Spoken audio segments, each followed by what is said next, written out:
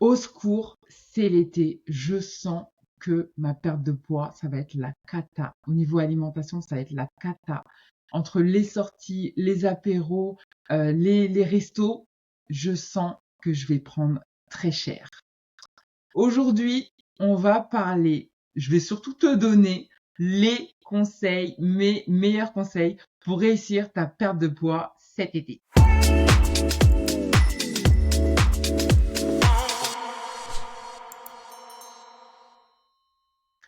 Alors, si tu ne me connais pas, moi, je suis Patricia Kepka. Je suis diététicienne nutritionniste spécialiste de la perte de poids. Ma mission, c'est d'accompagner les femmes dans leur perte de poids pour qu'elles se sentent enfin belles et épanouies dans leur corps. Aujourd'hui, je te prépare une petite capsule spéciale meilleurs conseils pour réussir ta perte de poids pendant l'été. De mes coachés sont un peu en panique à l'idée de passer cet été. Pourquoi? Parce qu'elles ont l'habitude de prendre du poids pendant l'été. En vrai, il y a deux types. Il y a celles qui perdent du poids pendant l'été et celles qui prennent du poids pendant l'été.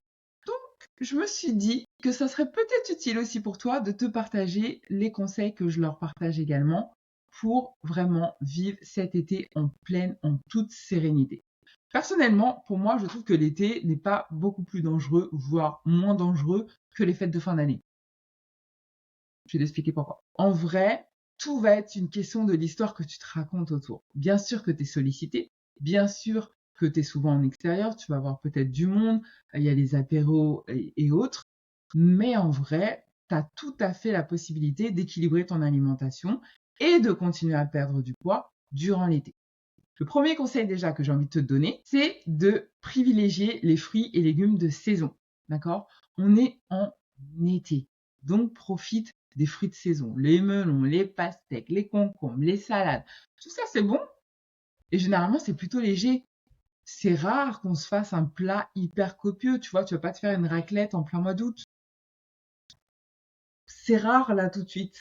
Donc en fait, de toute façon, tu vas orienter ton alimentation plutôt sur des aliments légers.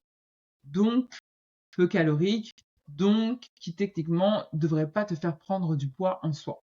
Là où il faut que tu fasses attention, et c'est là où va arriver mon deuxième conseil, ça va être de rester à l'écoute de tes signaux internes. Ton signal de faim et ton signal de rassasiement. En gros, tu vas aller au resto.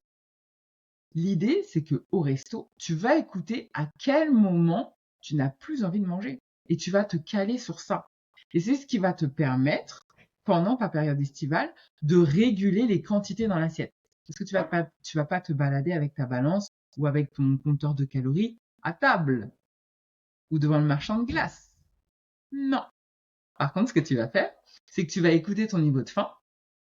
Tu vas voir où est-ce que tu en es. Est-ce que j'ai une petite faim ou pas avant de manger? Est-ce que j'ai faim tout de suite ou je vais retarder un petit peu mon repas pour avoir une bonne faim?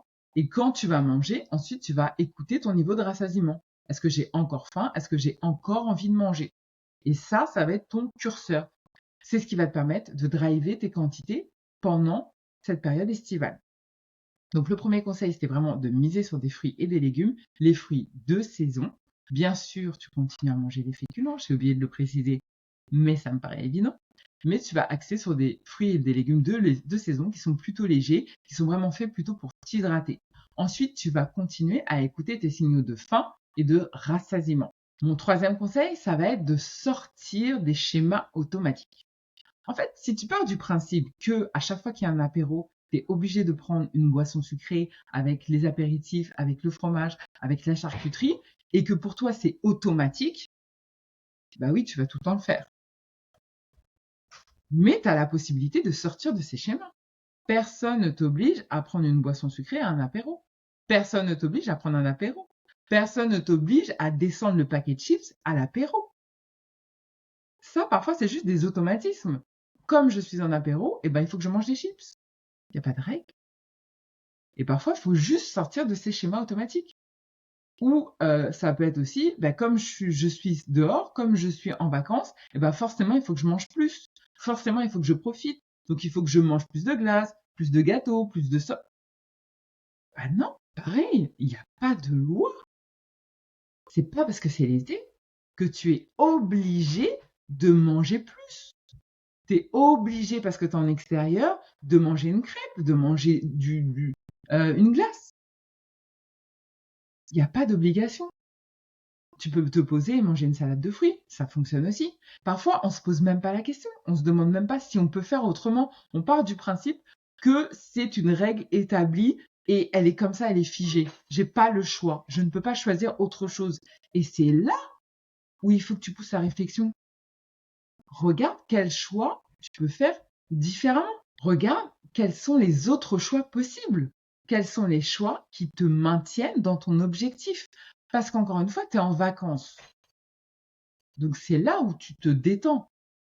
Mais se détendre, ça ne veut pas dire tout lâcher. Être dans une démarche de perte de poids, c'est mettre en place des habitudes que tu vas maintenir dans le temps pour te permettre de maintenir ton poids. Ça veut dire que l'hygiène de vie que tu es en train de construire au fur et à mesure des semaines et des mois, été, automne, hiver, toute l'année, tout ce que tu es en train de construire, ça devient une hygiène de vie. Donc à partir de là, ça veut dire que si tu as envie de te poser pour manger une glace parce que ça te fait kiffer, tu manges ta glace. Mais tu sais aussi qu'il est possible de te poser et de juste prendre une eau gazeuse. Comme il est possible de te poser et de prendre juste un fruit. Comme il est possible aussi de ne pas manger. Tu es en train de construire une hygiène de vie quand tu essaies de perdre du poids. Et à partir de là, tu vas faire des choix différents. Parce que tu sais que les choix que tu es en train de faire te rapprochent de ton objectif. Et c'est ça qu'il faut que tu gardes en tête. Si tu es juste en mode « ouais mais j'ai pas envie de me restreindre, ouais mais j'ai pas envie de me prendre la tête, ouais mais oui, ok. Mais qu'est-ce que tu veux vraiment? Est-ce que tu cherches l'effet yo-yo? Dès que je vais arriver à la rentrée, je vais remettre à manger des petits pois carottes sans vinaigrette dans mes salades. Je vais repartir dans un régime hyper strict pour essayer de compenser ce que j'ai accumulé durant mes vacances. Le quatrième conseil que j'ai envie de te donner, c'est vraiment de partir du constat que l'été ne veut pas forcément dire que ça va déborder. C'est pas parce que tu es en vacances que tout va partir à volo.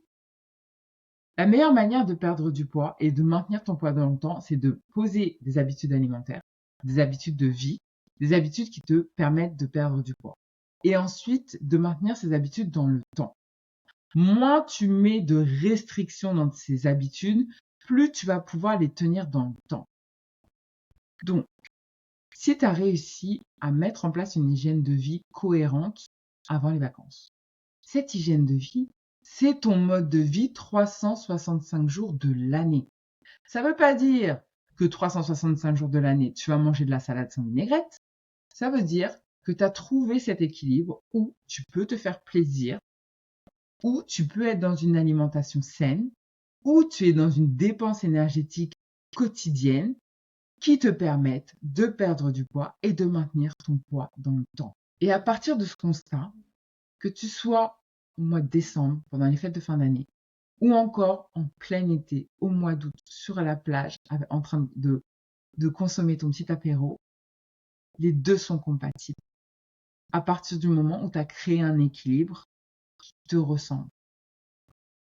Donc, l'été ne veut pas dire lâcher prise. Non, tu continues à maintenir un équilibre de vie qui est cohérent avec les objectifs que tu t'es fixés.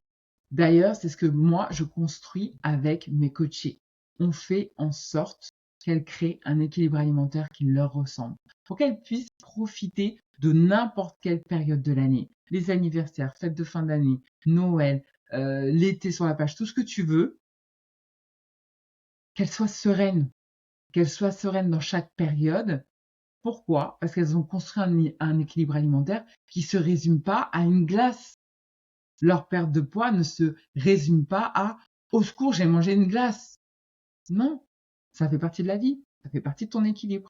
Mais c'est pas que ça. D'ailleurs, si tu as un objectif de perte de poids et tu sais pas trop par où commencer, tu as envie mais tu manques de motivation, tu te décourages assez rapidement, tu as envie de savoir un petit peu c'est quoi ma philosophie, c'est quoi ma méthode, comment j'arrive à faire en sorte que les femmes perdent du poids sans contrainte, sans restriction, sans complément douteux, je t'offre l'accès à mon groupe privé de motivation.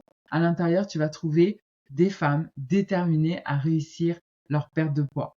Chaque semaine, il y a des défis. Chaque semaine, on partage, on échange. Tu as des conseils, il y a des challenges. Il y a plein de choses pour t'aider à atteindre ton objectif. Je te mets le lien directement en description. C'est un accès qui est gratuit. Il suffit juste de t'inscrire et on se retrouve de l'autre côté. Alors, le 5e élément qui, pour moi, est essentiel pour réussir sa perte de poids pendant l'été, c'est le mouvement. Il fait beau. On a quand même un emploi du temps qui est beaucoup plus soft. On a la période souvent de vacances. La société est un peu au ralenti. C'est le moment de bouger plus. La perte de poids, c'est le rapport entre ce que tu vas apporter, ton apport alimentaire, et ta dépense énergétique. Donc, bouge plus. Fais des balades, fais des randonnées, va à la piscine, fais du vélo, du roller, de la danse, de la zumba, club sportif, aquagym, bref, il y a de quoi faire. Donc profite de cette période estivale pour bouger plus. C'est le moment. Je rajouterais même, bouge plus, prends soin de ton sommeil et fais baisser ton niveau de stress. Ton niveau de stress, il doit être à 0. 0. Et ton sommeil, tu dois trouver une manière, fais des siestes, micro-siestes, ce que tu veux, pour récupérer tes heures de sommeil. D'accord? Tous ces éléments-là font que tu peux passer un bel été et continuer à perdre du poids si tu rassembles tout ça. Donc, si je te fais un petit récapitulatif. Numéro 1, consommer des fruits et des légumes de saison qui vont permettre de t'hydrater, qui sont frais, qui sont légers, qui vont permettre d'avoir le bon apport énergétique, sans oublier les féculents, bien sûr. 2, écoute tes signaux de faim et de rassasiement. C'est ce qui va te permettre de gérer les sollicitations, les restos, les apéros et j'en passe. 3, sortir des schémas automatiques. Été ne veut pas dire forcément lâcher prise, c'est la folie et ça part en cacahuète. Non, tu peux aussi faire sain, avoir des habitudes saines et maintenir tes habitudes pour atteindre ton objectif. 4e chose, sortir ne veut pas dire que ça va être la catastrophe. Non. Maintiens ton équilibre. Trouve un équilibre qui te ressemble et maintiens-le pendant l'été. Et le 5e élément, le mouvement. Profite de cette période estivale pour bouger le plus possible, tester des nouvelles disciplines. Voilà les conseils que je peux te donner pour réussir à perdre du poids même pendant l'été. Si cette vidéo t'a plu, bien sûr, mets-moi un petit like, ça me fait toujours plaisir. Abonne-toi si c'est toujours pas fait. Active les notifications, tu connais la chanson. Et on se retrouve très vite pour une nouvelle capsule. Bisous!